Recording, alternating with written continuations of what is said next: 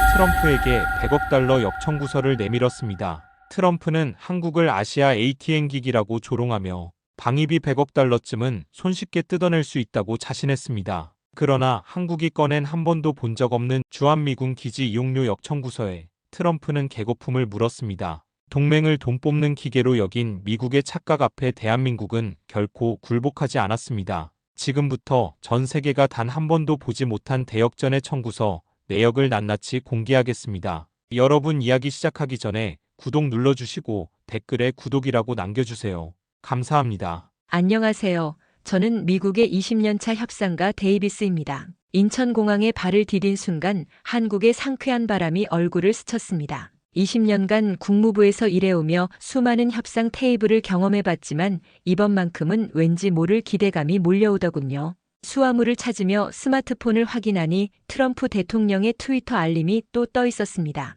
한국은 우리가 제공하는 최고급 군사 서비스에 합당한 대가를 지불해야 한다. 100억 달러는 공정한 요구다. 벌써 14만 개의 리트윗이 달려 있었죠.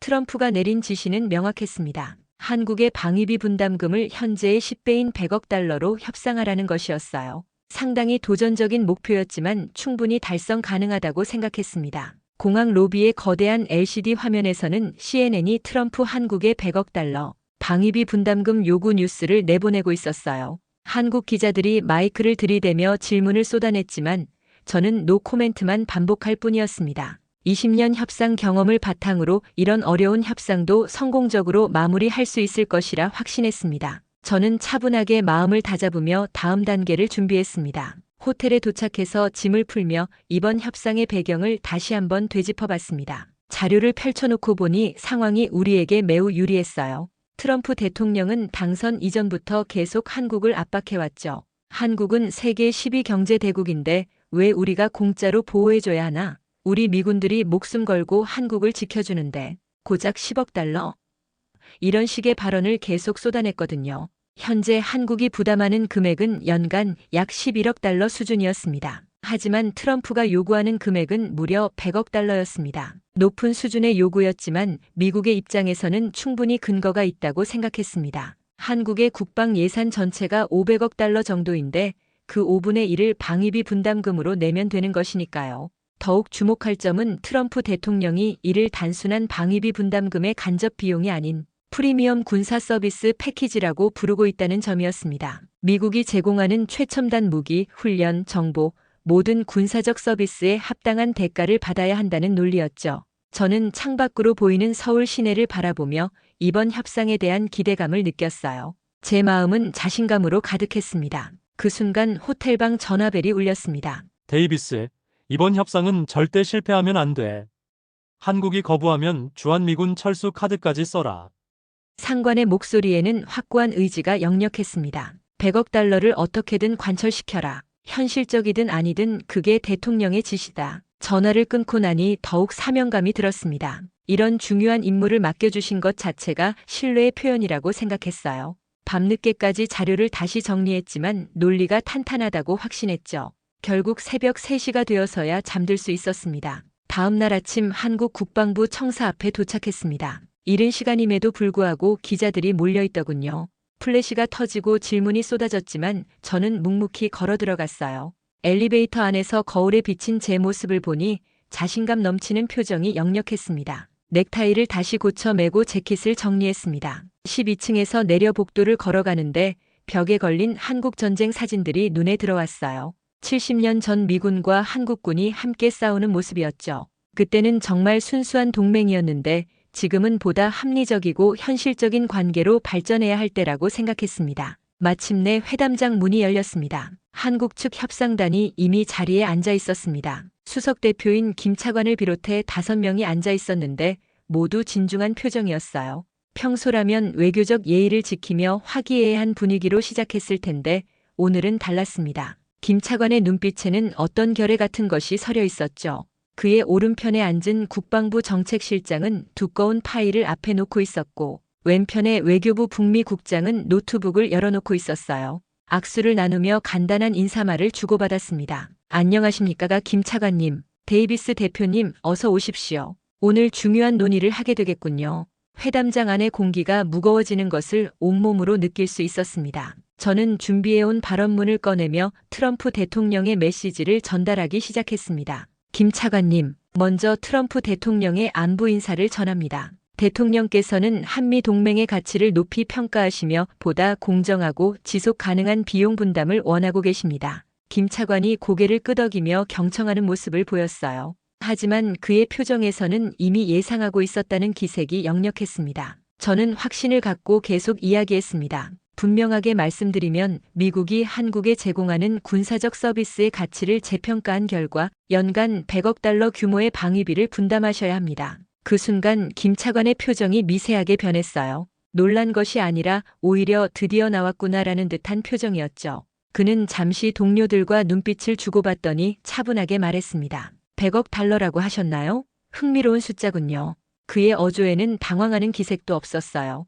오히려 차분하고 침착했습니다. 데이비스 대표님, 미국 측의 요구 사항을 잘 들었습니다. 김 차관이 천천히 입을 열었어요. 하지만 그에 앞서 한국 정부도 미국 측에 전달하고 싶은 제안이 있습니다. 괜찮다면 우리 측 발표를 먼저 들어보시겠습니까? 저는 순간 의외라고 생각했습니다. 방위비 분담금 인상 협상에서 한국 측이 먼저 제안을 한다는 게 예상과 달랐거든요. 보통은 미국 측 요구 사항을 듣고 나서 한국 측이 반박하거나 협상안을 내놓는 것이 일반적이었습니다. 물론입니다. 한국 측 의견을 말씀해 보십시오. 제가 대답했죠. 김 차관은 미소를 지으며 고개를 끄덕였어요. 감사합니다. 오늘 우리가 준비한 자료는 매우 흥미로울 것입니다. 특히 주한미군의 존재 목적과 관련해서 말이죠. 그의 표정에서 진지함과 자신감이 동시에 느껴졌습니다. 저는 펜을 들고 메모할 준비를 하며 귀를 기울였어요. 과연 어떤 제안을 할지 궁금하기보다는 우리 논리로 충분히 반박할 수 있을 것이라는 자신감이 더 컸죠.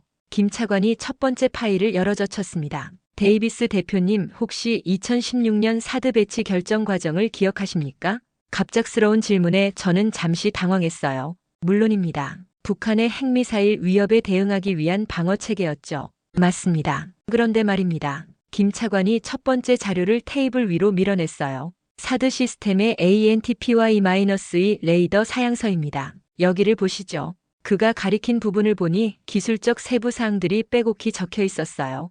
공식적으로는 600km 감시 모드로 운영된다고 발표되었지만 실제로는 전진 모드로 운영됩니다. 2500km 나는 거리는 중국 내륙 깊숙한 베이징, 난징, 우한까지도 감시할 수 있는 거리입니다. 특히 중국의 둥펑 계열 미사일 기지들이 모두 이 감시 범위 안에 들어가죠. 김 차관은 계속해서 설명했습니다. 중국이 그렇게 격렬하게 반발한 이유가 바로 이것입니다. 단순한 북한 미사일 방어가 아니라 중국의 핵 전력을 실시간으로 감시하는 시스템이라는 것을 그들도 정확히 알고 있었던 것이죠. 그가 두 번째 자료를 꺼냈어요. 이것은 중국 국방부가 2017년에 발표한 공식 성명서입니다. 한반도 사드 배치는 중국의 전략 억제력을 약화시키려는 미국의 의도라고 명시되어 있습니다. 또한 중국은 보복 조치로 한한령을 실시했고 한국 경제에 수십억 달러의 손실을 입혔죠. 저는 점점 불안해지기 시작했어요. 한국 측이 어디로 가려는 건지 감이 잡히지 않았거든요.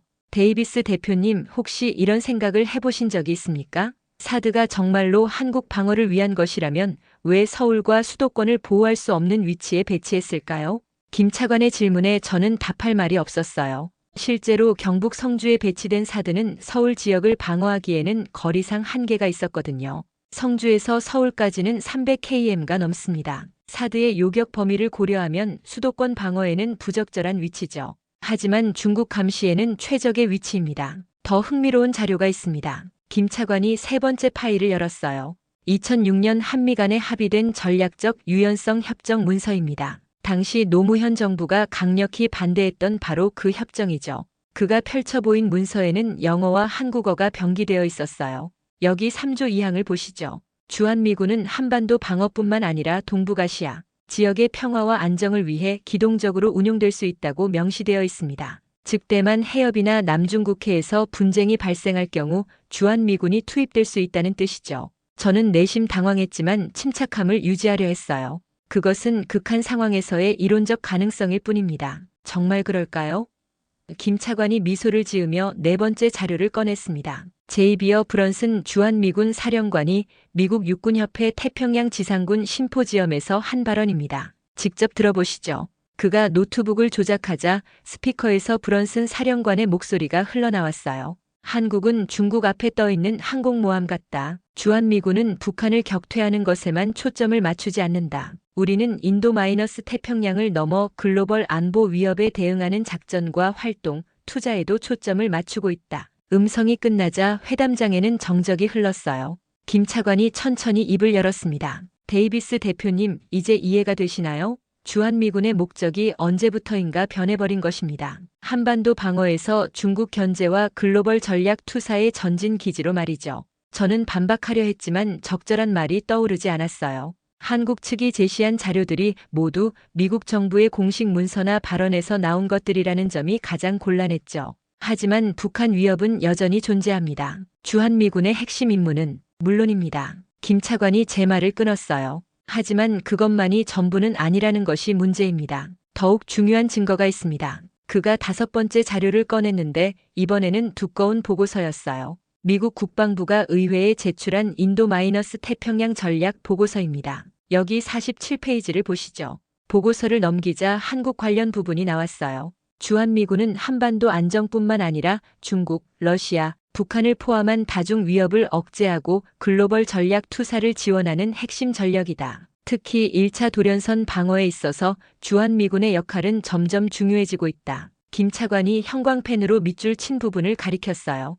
1차 돌연선이 무엇인지 아시죠? 일본 큐슈에서 오키나와, 필리핀, 보르네오를 잇는 중국 봉쇄선입니다. 이 보고서는 주한미군이 한반도 방어가 아닌 중국 봉쇄 작전의 핵심 전력이라고 명시하고 있어요.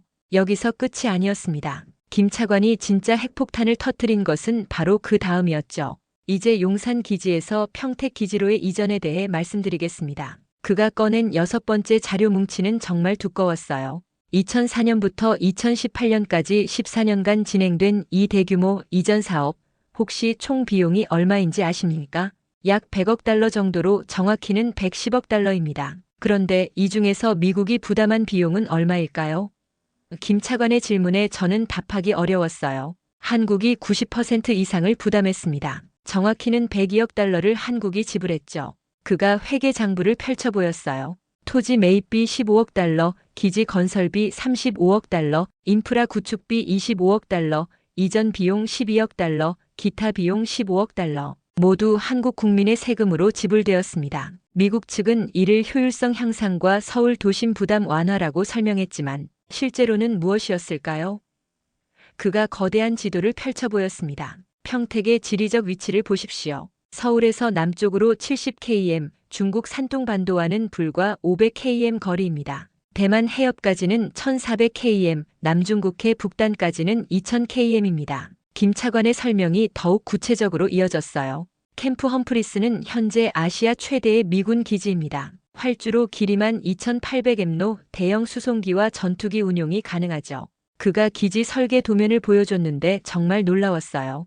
보급 창고 면적만 500만 평방미터, 유류 저장 시설은 50만 리터급이 20개나 됩니다. 이 정도 규모면 단순한 한반도 방어 기지가 아니라 영내 전체를 커버하는 전진 기지죠. 저는 정말 당황스러웠습니다. 한국이 110억 달러를 부담해서 만든 기지가 실제로는 중국 견제를 넘어선 미국의 글로벌 전략 투사 기지라는 것이었거든요. 더욱 중요한 것은 이겁니다. 김 차관이 평택 기지의 3D 모형을 꺼냈어요. 지하 벙커 시설만 100개가 넘습니다. 핵 전쟁에도 견딜 수 있도록 설계되었죠. 통신 시설도 괌, 하와이, 본토와 직접 연결되는 위성 통신망을 갖추고 있어요. 이런 시설이 단순한 북한 방어용일까요?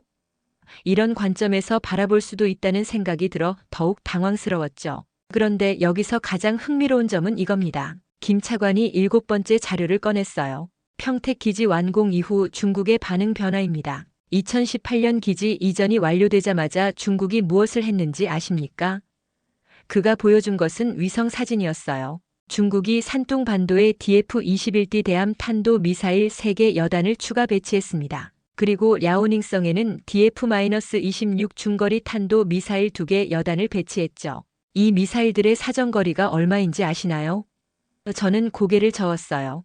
DF-21D는 1500km, DF-26은 4000km입니다. 모두 평택 기지를 겨냥할 수 있는 거리죠. 중국이 평택 기지를 단순한 한반도 방어 기지가 아니라 중국 견제 거점으로 인식하고 있다는 증거입니다. 김 차관이 중국 군사 배치도를 펼쳐 보였는데 정말 충격적이었어요. 평택을 중심으로 동심원이 그려져 있고 그 안에 중국 미사일 기지들이 표시되어 있었거든요. 현재 중국은 한국을 겨냥한 미사일만 1000여 발을 실전 배치하고 있습니다. 이 모든 게 평택 기지 때문이에요. 저는 정말 할 말을 잃었습니다. 이런 식으로 분석하면 한국의 주장에도 일리가 있어 보였거든요. 드디어 김 차관이 결정적인 카드를 꺼내 들었습니다. 이제 본론으로 들어가겠습니다. 데이비스 대표님께서 트럼프 대통령의 100억 달러 요구를 전달해 주셨으니 한국도 미국에게 제시할 청구서가 있습니다. 그가 꺼낸 문서를 보고 저는 정말 놀라 자빠질 뻔했어요. 표지에 적힌 제목이 주한미군 기지 이용료 및 전략 서비스 수수료 청구서 연간 100억 달러였거든요.